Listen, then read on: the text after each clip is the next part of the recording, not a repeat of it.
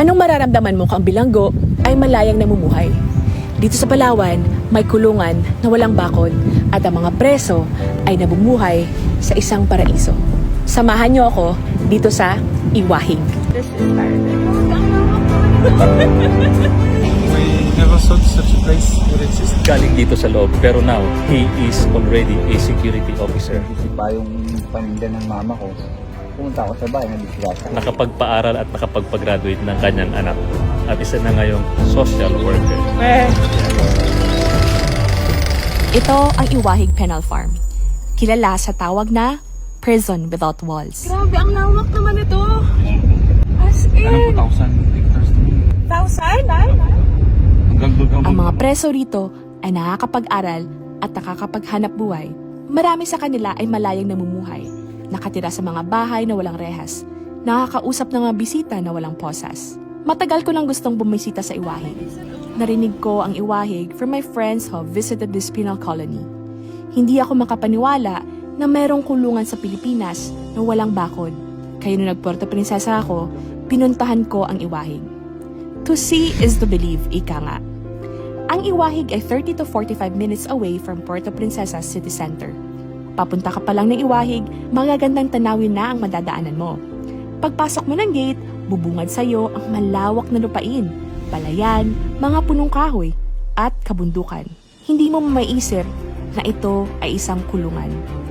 Ang Iwahig ay 28 hectares of land na nasasakupan ng 3 barangay. Ganito kalawak ang tila paraisong lugar na ito. Iwahig is a penal colony, a settlement used to exile prisoners and separate them from society, o lugar kung saan ang mga preso ay malayo sa lipunan. Noong panahon ng mga Kastila, itinalaga ang Puerto Princesa bilang tapunan ng mga kriminal na banta sa lipunan.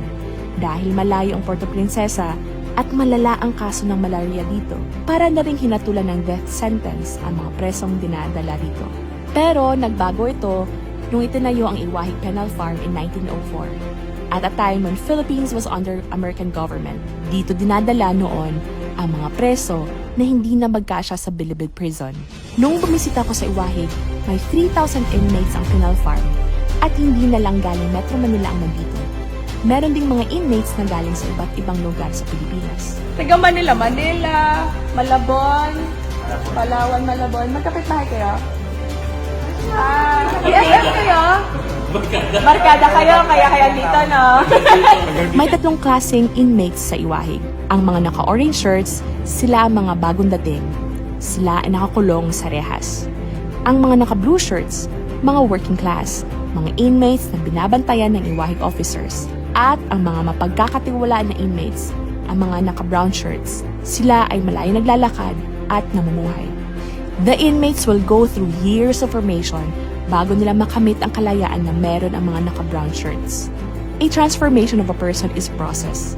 It does not happen overnight. Someone needs a strong support system that will help him to change. Ito ang masasaksihan mo sa Iwahig. I had a chance to meet Sir Levi Evangelista, the Chief PIO of Iwahig. Talaga, yung itsura nung araw, yan pa rin noon. At nirenovate po siya ng National Historical Commission of the Philippines, NHCP. So nakabook po yan. Ngayon po, yung programa ng Director General is i-distribute naman yung mga preso sa Muntinlupa sa mga prison and penal farm na magamit po sa pagsasaka. Sinamahan niya ako sa paglilibot ko sa Iwahig. Dito ko mas naintindihan kung paano naging posible na magkaroon ng kulungan na walang bakod. Noong araw nga po, sinasabi na dito tinadala yung mga worst prisoners. Dahil sabi nga nila, island po ito ay hindi makakatakas yung preso dito. Wait, noong araw. so parang Alcatraz ganun? Apo. Pero sa ngayon, hindi na po. Nagbago na po. No? Ang pinapadala po dito ay may mga light offense. Ano po? Hindi na yung mga worst prisoners. Ang pinapadala po dito ay mapapakinabangan natin sa farming, mostly in farming. Wala pong high-profile inmate dito.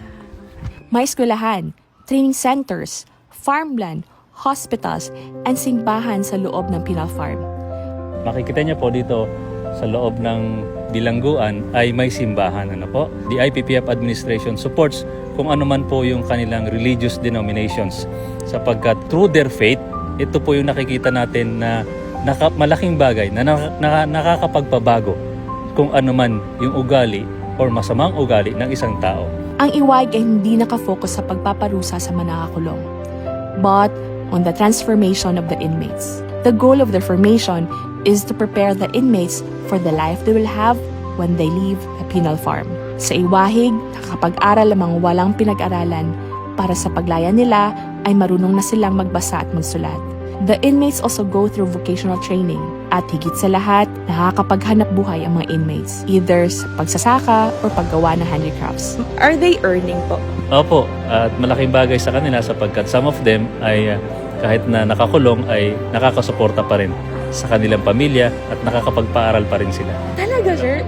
Pwede sila magpadala ng pera? Meron nga po ditong bilanggo na nakapagpaaral at nakapagpag-graduate ng kanyang anak. At isa na ngayong social worker. Yeah, that is true. Nagpaaral ng college because of Elementary, high school, and college. And because of eventually- the livelihood program dito? Yes. Natutustusan nila ang mga pangangailangan ng kanilang pamilya kahit nakakulong pa sila. Kung pupunta ka ng Iwahig, mamamangha ka sa ganda ng mga arts and crafts na binibenta sa souvenir shops. Meron ding mga dancing inmates dito na nag-i-entertain sa mga turista na bumibisita sa Iwahig. Sa paglilibot namin sa Iwahig, napuntahan namin ang balsahan. Welcome po dito sa aming Balsahan Pool na po. Dito pa rin po parte ng Iwahig na po, na kung saan yung ating mga kababayan sa lungsod ng Puerto Princesa ay kapag nagsawa na sa tubig alat, dito naman po sa tubig tabang. Tabang. A natural pool na isa sa mga watersheds ng Puerto Princesa. This area is maintained by the inmates. This is paradise. Tapos, pwede kayong magpaihaw dito sa pagpumunta ka ng basahan. Dagdag na din tulong sa mga inmates. Paalala lang na bawal ang alcoholic drinks dito kasi nasa loob pa na nito ng penal colony. Bukas ang Iwahig para sa mga turista. Mapupuntahan ang mga historical sites at ang souvenir shop when you book an Iwahig tour. Masasaksihan mo kung paano namumuhay ang mga inmates dito. It's really extraordinary because we never thought such a place would exist. Sa suporta ng maraming tao tulad ni Sir Levi at mga officer ng Bureau of Corrections ng Iwahig, ang mga restaurant owners sa Puerto Princesa na bumibili ng mga handicrafts mula sa kanila at ang mga turista na bumibisita rito ay tuloy-tuloy ang pagbabago ng mga inmates sa Iwahig. Nagbago na yung kanilang buhay. Actually, yung iba po ay nagiging pastor na sa ngayon. Actually po, meron din po dito yung isang sikat na mall sa Puerto Princesa, galing dito sa loob. Pero now, he is already a security officer ng isang sikat na mall. PDL. Ito ang laging binabanggit ni Sir Levi whenever he refers to the inmates in Iwahig. Hindi kriminal, hindi preso, kundi PDL, or persons deprived of liberty. They may have lost their liberty as a consequence of the crimes they have committed, but they did not lose their dignity as a human being. Bawat PDL ay may kwento kung bakit sila nakulong at bawat isa sa kanila ay umaasa na hindi rito magtatapos ang kwento nila. Sa family ko lang po kaya po ako nakadisgrasya. Ngayon, pinagtisipa yung paninda ng mama ko. Pumunta ako sa bahay, nadisgrasya ko. Kaya kayo andito kasi pinagtanggol nila yung pamilya mo, yung nanay mo. Kilala ang Iwahig bilang prison without walls. Sa lahat ng nalaman at nasaksihan ko sa Iwahig, para sa akin, ang Iwahig ay isang kulungan na puno ng pag-asa. Pag-asa na mga PDL ay babalik sa malayang lipunan. Pag-asa na meron pa silang buhay na babalikan. Pag-asa na magbabago ang buhay nila paglabas ng Iwahig. At pag-asa na makamit natin ang lipunan na walang takot at pangamba dahil nagbabagong buhay ang mga taong nagkasala. Sa makakapanood po nito, please come and visit the Iwahig Prison and Penal Farm and experience how we reformed our persons deprived of liberty. And not only that, para makita nyo rin po yung mga ilang tourist spot dito like the Balsahan, especially yung mga handmade products ng ating mga persons deprived of liberty. With that po ay maraming salamat po sa inyo. Dalawang bagay yung na-realize ko. First, ang mga nagkasala ay dapat lang naman yung parusahan ang kamalian nila.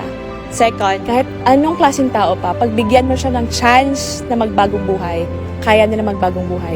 But, we have to be in the right environment And they have to be with the right people who will support them and believe that they can change. Visit Iwahig Penal Farm and see for yourself how possible it is to have a prison without walls. Tara na sa Puerto Princesa! Bye!